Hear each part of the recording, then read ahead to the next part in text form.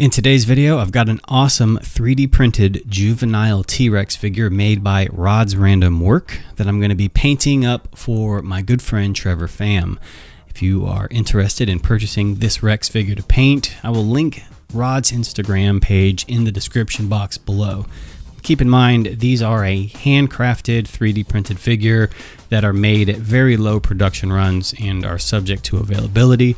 So be sure to follow Rod on Instagram to stay up to date on when he releases runs of his figures. So I spoke with Trevor prior to painting to discuss what deco he wanted to do on this Rex figure. He says he loves the Chaos Effect line and the Chaos Effect Thrasher, and he was thinking that this Rex would look really cool with this Chaos Effect Thrasher deco on it. So that'll be the goal in the video today.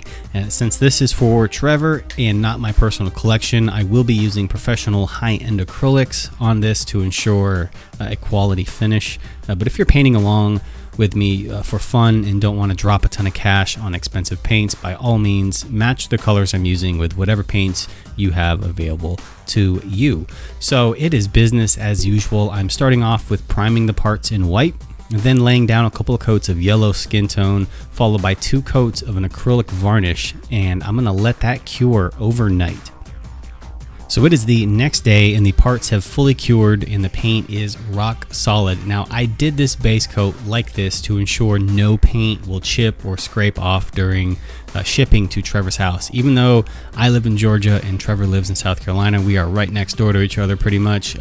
You never know what could happen when things are getting shipped around and destroyed. So I wanted to make certain that the paint would hold up on this thing and last for a very long time also in his collection. So I'm going to be doing this varnish technique and cure technique again once all the deco is done, and I really want to make sure everything is locked in. So with all those steps done and out of the way, it's time to start applying the green fade on the underside, and for that I'm using bright green acrylic ink from Dale Rowney, and I'm drying it in between coats with my heat gun on medium heat because I really want to lock that green paint in so it doesn't rub off. And since I don't want to glue any of the parts together yet, I'm using wooden sticks to hold the parts in place while I apply the green fade. That way I can make sure everything lines up perfectly. Now with the green done, I'll jump over to the head and paint the inside of the mouth with a base of pink flesh and apply a couple of thin coats to that. I'll also paint the tongue a dark purple and paint the teeth an off-white. And when it's all dry, I'll give the mouth a wash in Citadel Flesh shade and a coat of high gloss varnish to give it that general realistic wet look. And just a little pro tip, painting the inside of the mouth while it's in 2 pieces is so much easier than trying to paint it when you put it all together. So if you are painting this model, paint that mouth first before you assemble the figure. It's just going to make your life a whole lot easier.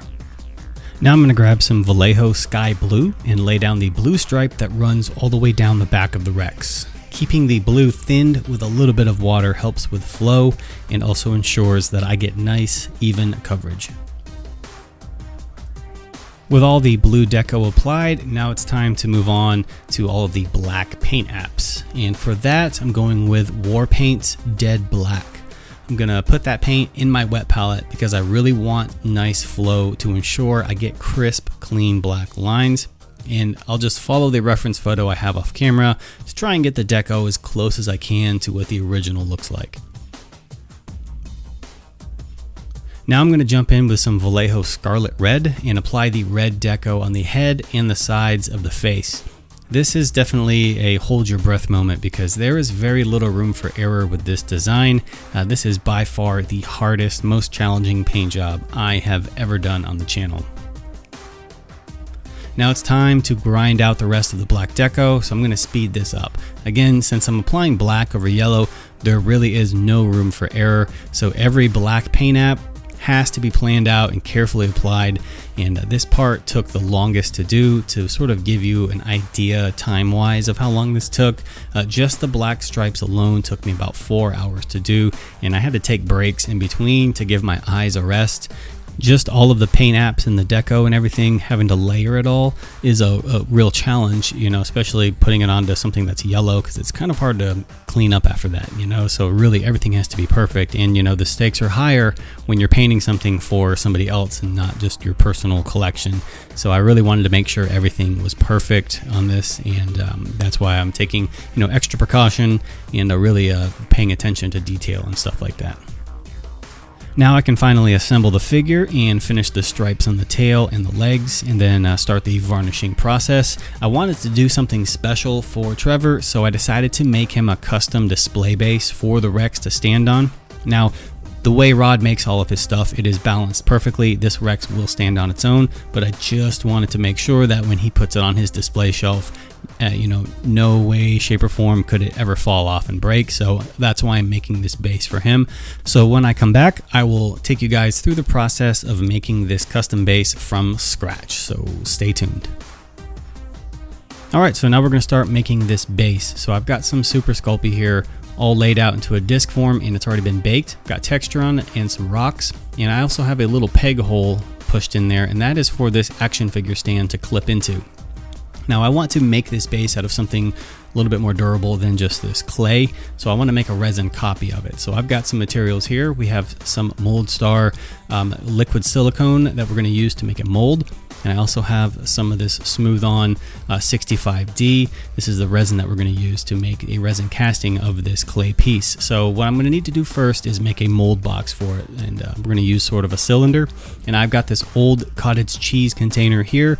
This was going to be perfect for what I needed, but unfortunately the piece is actually a little bit too big for this thing, so I'm going to need to kind of grind it down a little bit. So I'm going to jump over to my table grinder here, and I really just want to take off a little bit of the material off of the side, just so I can have enough room in between the container and the clay.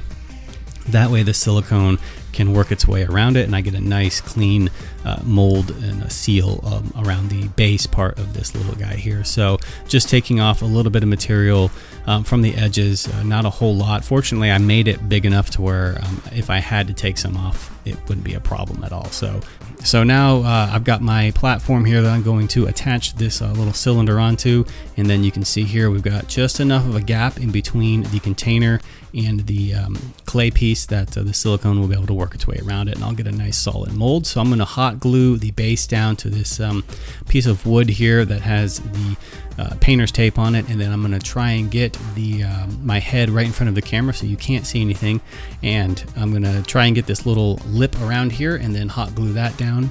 And just for added security, I don't want any of the silicone to leak out, I'm going to put a bead of hot glue around the base of the little container here. And that's pretty much it. So now we're going to pour our silicone in, and I'm going to need 80 grams of part A and 80 grams of part B. So I've already got those mixed out, and we're going to mix it all together until the silicone is all one solid color. And that's going to be pretty much it for mixing it. It's pretty straightforward when it comes to the silicone. It's just 1-to-1, and this right here is I think 160 grams of silicone to make this, and that's a perfect amount. So what I need to do is fill in the peg hole right here first. This is just going to make sure that I don't get any air bubbles trapped down in there, and I get a nice clean slot for that action figure stand to stick into. So pre-painting certain parts with silicone is always the best way to go, especially if there's little details and stuff like these rocks here. I'm going to pre-paint these rocks and some of the little finer details on here just to make sure that the silicone gets down in. And now it's time to high pour our silicone down into the little mold box here, and then we're going to cover the piece. Now this silicone has a pot life, I think it was like 6 minutes or something like that. Pot life, and then it cures in like I think 30 minutes or 40 minutes or something. It's real quick, so it sets up fast. That's why I like to use it, because I can get molds made and I can start casting parts and stuff, and I don't have to sit around and wait for hours. So I just had just enough left in my container here to top this thing off, and I measured it perfectly. That was just brilliant. Look at that. Very little waste. So I'm going to let this cure for about 30-35 minutes, and we're going to come back and demold it and start making our resin piece. So the silicone is completely cured, and I'm just going to take it off of the little platform here. And this is why I use the blue painter's tape, because if I tried to hot glue this down on just the straight wood, that hot glue would bond with all the pores in the wood and it would just be a nightmare trying to get it off. But this tape right here, you know, has really low tack, so it's able to just rip right off and get everything off, and then I can reuse it again for the next project. So we did a great job here. The silicone got underneath, that's perfect. So now I have a nice solid mold case, and I can try to work this thing out. I'm trying not to rip anything, you know, I want to be really careful with it, but now that we got that out, I can just kind of clean up some of the flashing around the bottom, because I don't really need any of that stuff. This is just silicone that sort of leaked underneath it, but not a big deal. We're just gonna cosmetically make it look a little bit better. And so now we got that all done, we can try and pull the main piece out here. I'm just kind of doing it lightly, not trying to break anything off. You know, what little cleanup work I have to do is going to make my life a little bit easier. Some of those rocks will probably stick in there and get stuck, but that's not a problem. We can pop those out with an X-Acto knife, so no big deal. Yeah, see, so some of them got stuck, but the mold looks great. It's an exact, you know, replica of the original piece that I did right there, so it is already looking great. So we're going to clean it up a little bit and make sure that all the little, you know, junk and little pieces that stuck behind are out, and then we're going to start mixing up our resin. But first, I don't know how much resin I'm going to need to use, so instead of just guessing and wasting a bunch of resin, I like to take my measuring spoon here and fill it up with water, and then I'll just kind of measure out however many, you know, tablespoons of water this is going to be. So this is a 2 tablespoon measuring cup here, and this took 6 tablespoons. So then I know if I just divide that, I'm going to need 3 tablespoons of part A and 3 tablespoons of part B. So that's going to be the amount of resin I'm going to need. So I'll dust the mold with some baby powder, just to kind of clean all the water out, get the moisture out of it, because I don't want any moisture in there, because that is not, resin doesn't like moisture, so it likes to get all foamy if it touches water.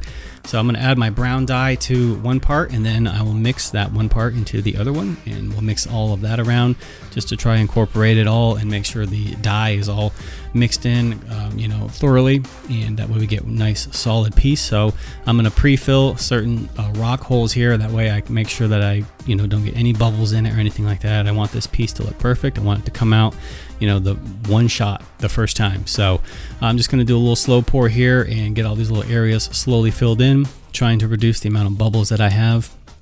And if I measured correctly, which I did, I'll have just enough resin to fill this mold up.